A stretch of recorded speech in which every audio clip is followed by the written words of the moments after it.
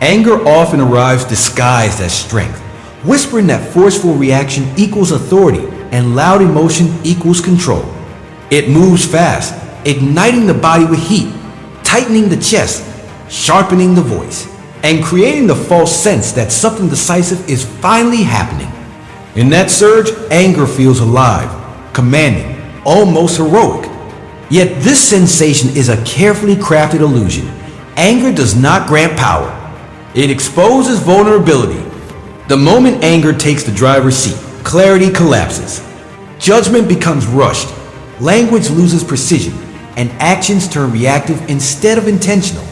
What feels like dominance is actually surrender, because the individual is no longer choosing their response, but being carried by impulse.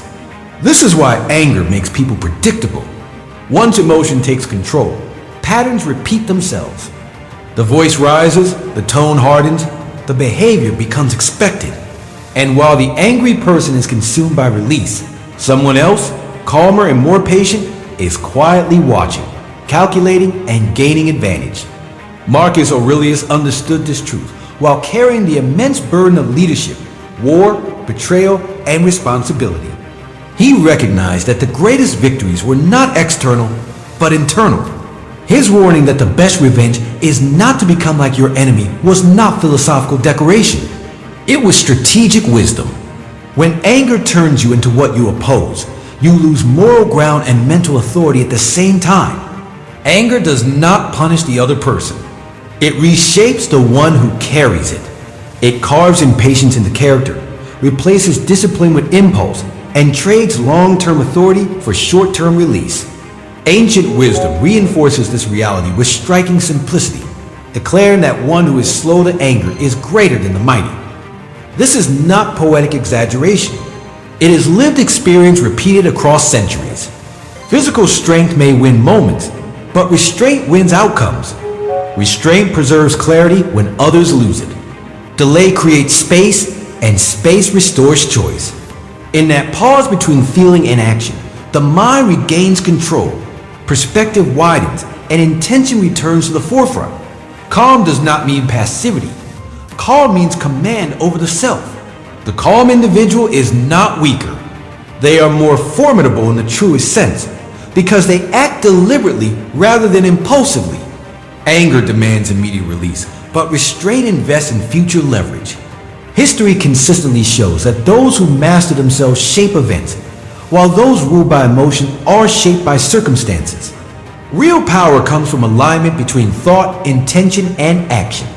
When anger rises, instinct urges immediate response, yet resisting that urge is where true strength is forged. Every moment of restraint strengthens inner authority. Over time, that authority compounds into a character that remains steady under pressure, unshaken by insult, and unmoved by provocation. The calm person does not need to dominate conversations or overpower others. Their steadiness carries weight without noise. They listen while others shout, observe while others rush, and decide while others regret. When anger is controlled, the future is protected. When it is indulged, the future is quietly compromised. Control of anger is not suppression but refinement, not denial but direction. It transforms raw emotion into purposeful action. This discipline may be quiet, but it governs everything that follows. It determines whether conflict escalates or resolves, whether respect is earned or lost, whether influence grows or fades. The individual who understands this truth moves through conflict without being consumed by it, through pressure without being broken by it, and through challenge with clarity intact. This is not passive living. It is strategic existence. It is the difference between reacting to life and deciding its course. In moments when anger tempts the tongue to speak too quickly or the hand to act too harshly, restraint offers a stronger path. It reminds us that silence can be more powerful than shouting and patience more decisive than force. Over time, these moments accumulate into a life shaped by intention rather than impulse. That is the quiet, enduring strength that outlasts noise, survives storms, and ultimately determines destiny. The life of Cicely Tyson stands as undeniable proof that restraint outlasts outrage and discipline outlives anger. Born on December 19th, 1924, she entered a world already prepared to define her limits before she ever spoke a word. As a black woman navigating mid-20th century America, she faced barriers that were structural, cultural, and deeply personal. Opportunity existed, but it came with conditions that demanded the surrender of dignity. Roads were offered, but many required submission to stereotypes that stripped humanity and reduced identity to caricature. Anger would have been understandable. Public confrontation would have been expected. Many would have celebrated loud resistance. Instead, she chose a path that demanded far greater strength. She chose restraint.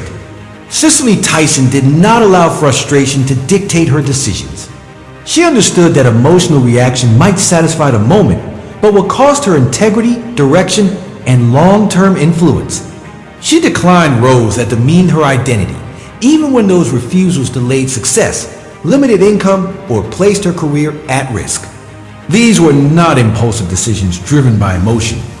They were calm, deliberate choices rooted in principle. She did not attack the system publicly or respond with bitterness. She simply refused to compromise herself. This refusal was not silence born of fear. It was discipline born of self-respect. Her restraint became her statement. Over time, her consistency forced the industry to change, not because she demanded it loudly, but because her presence made compromise impossible. She demonstrated that dignity maintained over decades carries more influence than outrage sustained for moments. When questioned about why she turned down certain roles, she did not lash out or accuse. She spoke with clarity and composure, explaining that she wanted her work to matter, to uplift rather than degrade. That calm explanation carried more authority than anger ever could. Her composure became her signature. Directors trusted her judgment because it was steady. Audiences trusted her authenticity because it was consistent. Peers respected her resolve because it was unwavering. Recognition followed not because she chased it, but because excellence anchored in restraint eventually demands acknowledgement. Her power never came from confrontation, but from control. She understood that anger would make her predictable, while calm would make her formidable. Her restraint protected her voice, preserved her message, and expanded her legacy. Even in moments of injustice, she did not allow emotion to fracture her vision. She created distance between feeling and action, transforming pressure into purpose. That distance became her shield. It prevented others from defining her reactions and preserved her freedom to choose her path.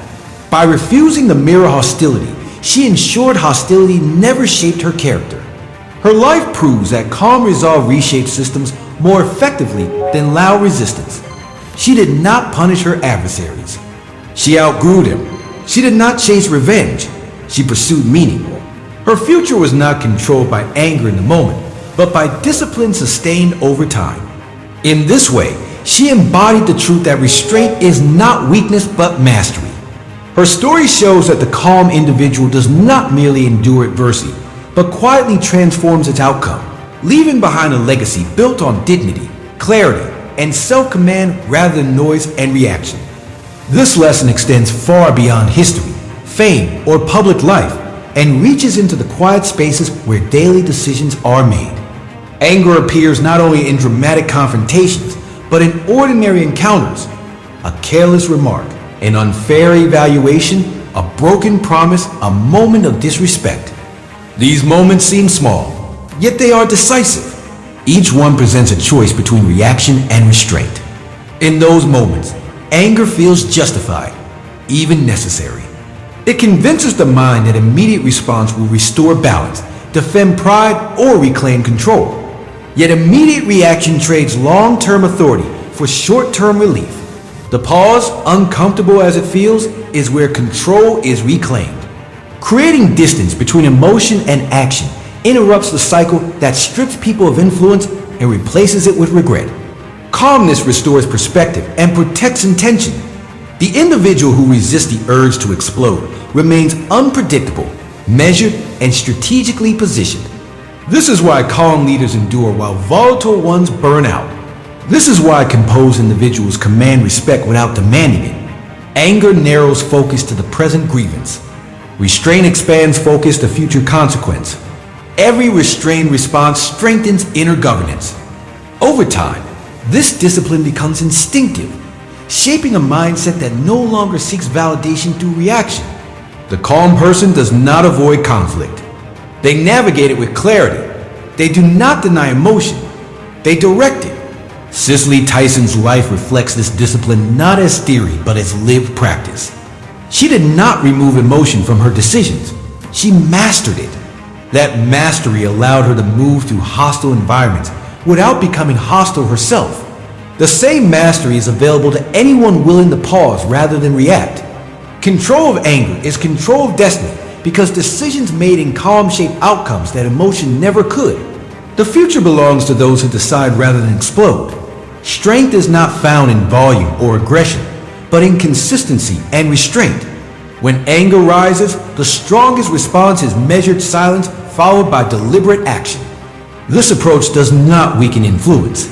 It multiplies it.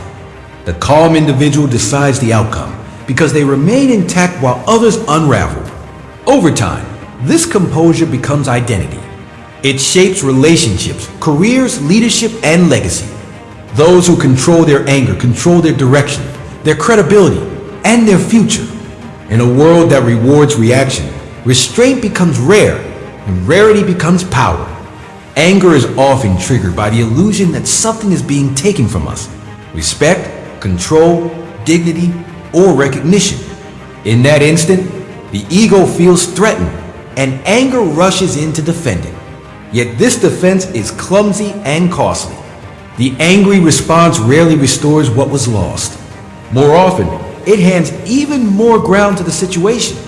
When anger governs action, control is placed outside the self.